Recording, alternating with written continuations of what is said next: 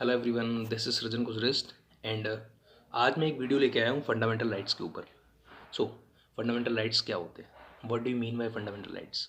So firstly, fundamental rights are defined under part 3 of our constitution.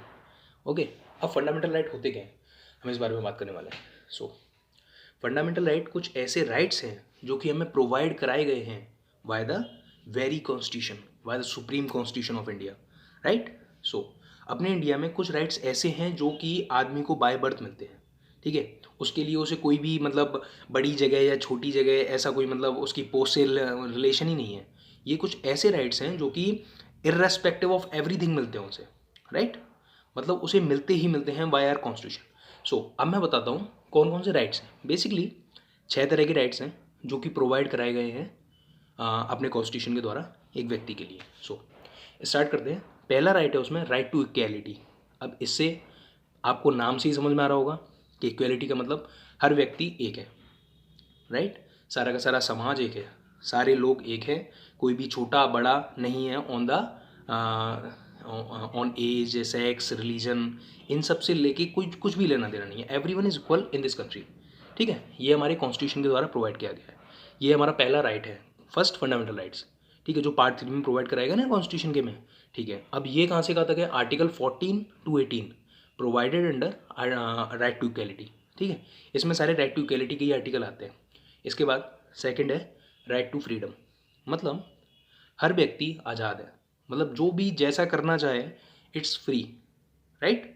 मतलब किसी के भी ऊपर कोई रोक टोक नहीं है, कोई भी मतलब उसके ऊपर ऐसा होता है ना कि आप ये नहीं कर सकते वो नहीं कर सकते, ऐसा कुछ भी नहीं है। Right to freedom is also provided under article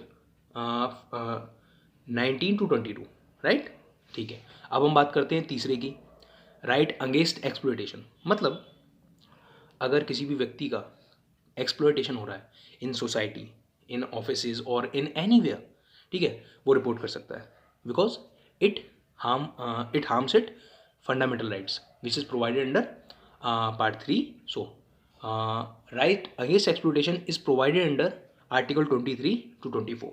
so चौथा राइट है आपका right to freedom of religion. So what do mean by freedom of religion? मतलब अपने इंडिया में कोई भी रिस्ट्रिक्शन नहीं है किसी भी व्यक्ति के ऊपर कि वो हिंदू बनना चाहता है, मुस्लिम बनना चाहता है। जो भी व्यक्ति अपना जैसा भी चाहता है, जिस धर्म को वो अपनाना चाहता है वो कर सकता है, जो कि हमारे कॉन्स्टिट्यूशन में प्रोवाइड कराया हुआ है। India is a secular democratic republic, right. So है ना। अब ये कहाँ प्रोवाइड कराए गए हैं? ये प्रोवाइड कराए गए हैं आपको आर्टिकल 25 to 28। अब उसके बाद आर्टिकल एक और मतलब एक और राइट आता है आपका, दैट मीन्स फिफ्थ राइट। वो क्या है?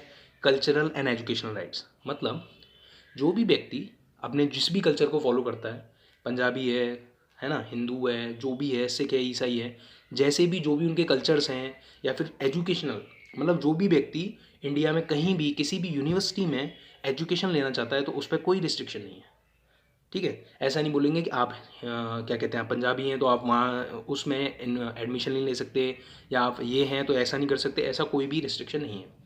कोई भी व्यक्ति चाहे जैसा कल्चर अपना मनाना चाहे, जैसे साउथ के लोग हैं वो उनका अपना पोंगल त्यौहार बनता है या जो भी त्यौहार बनता होगा, है ना। या क्या कहते हैं आपके नॉर्थ के लोग हैं, ये अपनी होली, दिवाली और जो भी मतलब इनके संक्रांति वगैरह ऐसे करके जो त्यौहार आते हैं ये अपने अपने मनाते हैं। सो कल्चरल एंड एजुकेशनल राइट्स के अंदर ऐसा है कि आप जो कल्चर अपनाना चाहें अपनाएं, जो भी आप एजुकेशन लेना चाहें लें, कोई भी रिस्ट्रिक्शन नहीं है, कोई भी रोक टोक नहीं है, right. So it is provided under article 29 and 30। अब हम बात करने वाले हैं हमारे लास्ट राइट के बारे में, जो कि है राइट टू कॉन्स्टिट्यूशनल रेमेडीज़, ठीक है। अगर आपके ये राइट्स जितने भी मैंने अभी तक बताए पाँचों के पाँचों, अगर आपको प्रोवाइड नहीं कराए जा रहे हैं by any department of government, so आप आर्टिकल 32 के अंदर, आर्टिकल 32 के अंदर आप क्या कहते हैं अपने इन राइट्स को इन्फोर्स करवा सकते हैं, राइट। सो इसीलिए आर्टिकल 32 फोर्स में आया है, राइट टू कॉन्स्टिट्यूशनल रेमेडीज़। जो भी जितनी भी रेमेडीज़ प्रोवाइड कराई गई हैं वो ईजिली हो जाए। अब एक आर्टिकल और बचता है, article 31, which is earlier also provided as a fundamental right. मैं उसका नाम बताता हूँ, वो था राइट टू प्रॉपर्टी, है ना। वो हमारे कॉन्स्टिट्यूशन के अंदर पहले फंडामेंटल राइट के तौर पे ही माना जाता था, बट आफ्टर द अमेंडमेंट, कोई भी एक अमेंडमेंट आया, सो उसके बाद right to property is no more a fundamental right, it is defined as a legal right only nowadays. So right to property पहले भी एक फंडामेंटल राइट था, पहले ही था, बट अब वो नहीं है ऐसा। अब वो सिर्फ एक लीगल राइट बन के रह गया है। आपका लीगल राइट है right to property, not a fundamental right. So ये सारा का सारा हमारा पार्ट 3 में प्रोवाइड कराया गया है of the constitution of India.